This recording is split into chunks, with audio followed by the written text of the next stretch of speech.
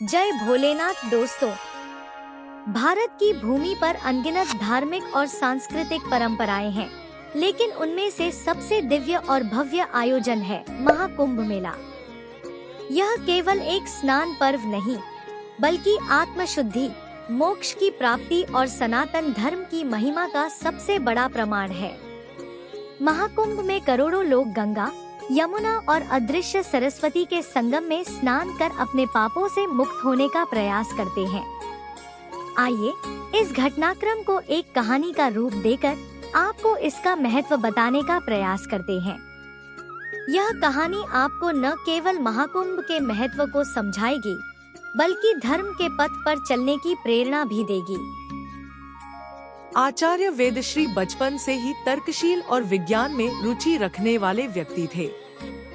वे एक प्रतिष्ठित विश्वविद्यालय में दर्शन शास्त्र के प्रोफेसर थे, लेकिन धर्म को लेकर उनकी सोच तार्किक और संशय से भरी हुई थी।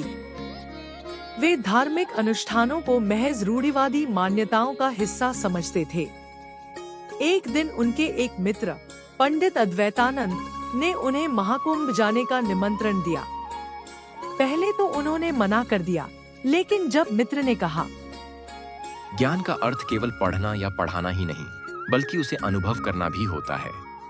इस कथन के कारण वेदश्री को कुछ सोचने पर मजबूर होना पड़ा। प्रयागराज पहुंचते ही वेदश्री ने देखा कि लाखों श्रद्धालु महाकुंभ में उमड़े पड़े थे। वहां की ऊर्जा, आस्था और भक्ति को देख वे आश्चर्यचकित थे। हर ओर साधु संतों की तपस्या, मंत्रोच्चारण और भजन कीर्तन की ध्वनि गूंज रही थी। उन्होंने देखा कि कैसे निर्धन से निर्धन व्यक्ति भी तनमन से सेवा कर रहा था।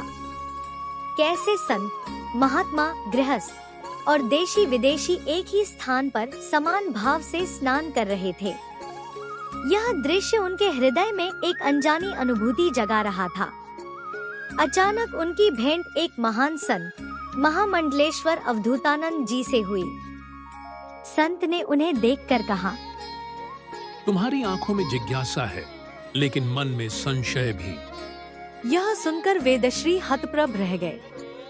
उन्होंने संत से पूछा, स्वामी जी, क्या यह संभव है कि कोई स्नान मात्र से अपने पापों से मुक्त हो जाए?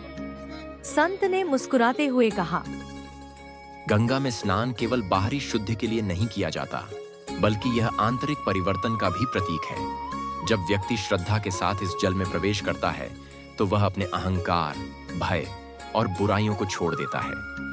असली शुद्धि तो हृदय में होती है। अगले दिन वेदश्री ने स्वयं गंगा स्नान करने का निश्चय किया।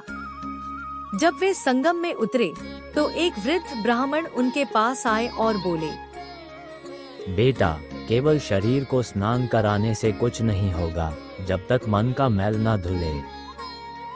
यह सुनते ही वेदश्री को बचपन की बातें याद आईं, जब उनकी माँ उन्हें गंगा जल के महत्व के बारे में बताया करती थी। वेदश्री को पहली बार महसूस हुआ कि धर्म केवल बाहरी आडंबर नहीं, बल्कि आंतरिक अनुभूति है। इसके बाद उन्होंने कुंभ मेले में चल रहे विभिन्न आध्यात्मिक प्रवचनों में भाग लेना शुरू किया। उन्होंने वेदों, उपनिषदों और भागवत गीता के श्लोकों को एक नए दृष्टिकोण से देखा। अब वे केवल बुद्धि से नहीं, बल्कि हृदय से समझने लगे थे। एक संत ने अपने प्रवचन में कहा, संगम का अर्थ होता है मिलन, और यह वह स्थान है जहाँ तीन पवित्र नदियाँ गंगा, यमुना और अदृश्य सरस्वती आपस में मिलती हैं। यह उस समय की बात है जब समुद्र मंथन देवताओं और असुरों के द्वारा किया गया था। समुद्र मंथन से विष और अमृत दोनों निकले थे। विष को पीने के लिए कोई देवता या असुर तैयार नहीं था, जिसे हमारे भोलेनाथ ने पी लिया। जबकि अमृत को पाने के लिए देवताओं और असुरों के बीच संघर्ष हो गया। अमृत कलश अर्थात कुंभ को लेकर देवता भागे, जिसके कारण अमृत की कुछ बूंदें पृथ्वी के 4 स्थानों पर गिर गईं। ये 4 स्थान हैं प्रयागराज, जो उत्तर प्रदेश में है, जहां संगम है। इस संगम को त्रिवेणी भी कहा जाता है। दूसरा हरिद्वार, जो उत्तराखंड में है, तीसरा उज्जैन जो मध्य प्रदेश में है और चौथा नासिक जो महाराष्ट्र में है। संगम पर पूजा, ध्यान और पिंडदान जैसे धार्मिक कर्मकांड किए जा सकते हैं। साथ ही यह भी जानना चाहिए कि कुंभ मेला हर 12 साल में लगता है। 12 कुंभ के बाद लगता है 144 वर्षों बाद महाकुंभ जो 2025 में लगा है।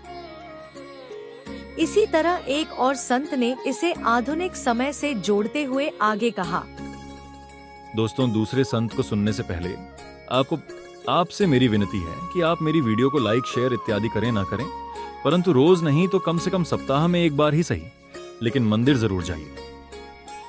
जय भोलेनाथ। हमारे धोतीधारी वैज्ञानिकों ने अर्थात संतों ने आज के विज्ञान को करोड़ों वर्षों पूर्व ही रिसर्च करके धार्मिक ग्रंथों में यह सब लिख दिया है, जिसे आज के वैज्ञानिक खोज करने में लगे हुए हैं। अर्थात यह मेला तब आयोजित होता है जब गुरु ग्रह सूर्य और चंद्रमा का विशेष संयोग में होता है। साइंटिफिक रीजन से देखें तो कुंभ मेला मानव शरीर पर प्लैनेट्स और मैग्नेटिक क्षेत्रों के प्रभाव को समझने का एक बढ़िया समय है। बायोमैग्नेटिज्म के अनुसार मानव शरीर चुंबकीय क्षेत्रों का उत्सर्जन करता है और बाहरी ऊर्जा क्षेत्रों से प्रभावित होता है। आयोजन स्थल और समय दोनों को पृथ्वी के चुंबकीय क्षेत्रों और ग्रहों की स्थिति के आधार पर निर्धारित किया गया है। कुंभ में रहने के दौरान वे कई महान संतों से मिले। उन्होंने एक नागा साधु से पूछा, आप गृहस्थ जीवन क्यों त्याग चुके हैं? नागा बाबा ने उत्तर दिया, मैंने संसार का त्याग किया, लेकिन त्याग का अर्थ केवल कपड़ों से मुक्त होना नहीं, बल्कि मोह माया से मुक्त होना है। लेकिन हर किसी को सन्यासी बनने की जरूरत नहीं। असली धर्म वही है जिसमें व्यक्ति अपने कर्तव्यों को निभाते हुए भी सच्चाई, प्रेम और सेवा के मार्ग पर चले। महाकुंभ के अंतिम दिन वेदश्री ने अपने मित्र अद्वैतानंद से कहा, अब मैं समझ गया कि धर्म केवल तर्क का विषय नहीं, बल्कि अनुभव का विषय है। जो इसे आत्मसात करता है वही सच्चा ज्ञानी है। वेदश्री ने यह निर्णय लिया कि वे अपनी शिक्षा को केवल पुस्तकों तक सीमित नहीं रखेंगे, बल्कि छात्रों को भारतीय संस्कृति, वेदांत और भक्ति का भी ज्ञान देंगे। वे वापस लौटे, लेकिन इस बार एक नए दृष्टिकोण और आध्यात्मिक चेतना के साथ। दोस्तों, सनातन धर्म सत्य, सेवा और प्रेम का आचरण करना सिखाता है और महाकुंभ का यही सबसे बड़ा संदेश भी है। ये केवल धार्मिक मेला नहीं, बल्कि आत्मबोध और धर्म के पुनर्जागरण का उत्सव है।